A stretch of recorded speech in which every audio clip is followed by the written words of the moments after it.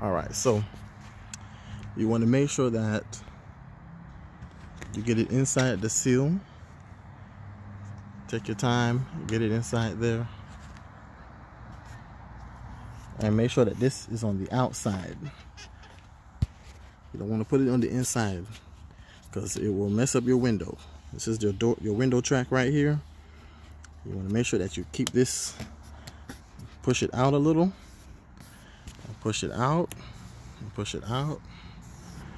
Make sure it's in there nice and snug. Now, for the other side over there, I did have some challenges with it, because when I was winding it up, the window would think something's in it and it'll wind it back down automatically. So I learned my lesson on this one.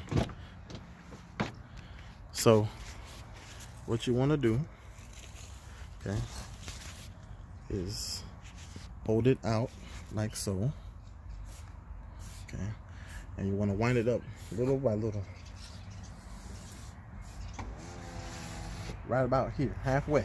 Start at halfway and just hold this out and go up little by little. Okay, start from this. This is the end where you want to start, because this is where the window starts to hit the seal here. So hold that out little by little.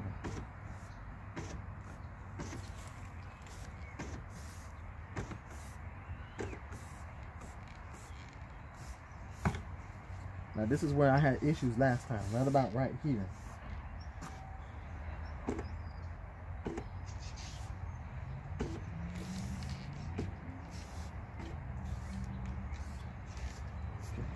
Just keep holding it out, little by little.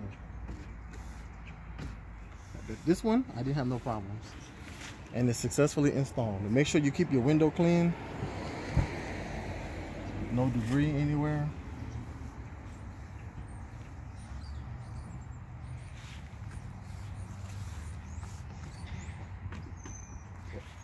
Windows up all the way.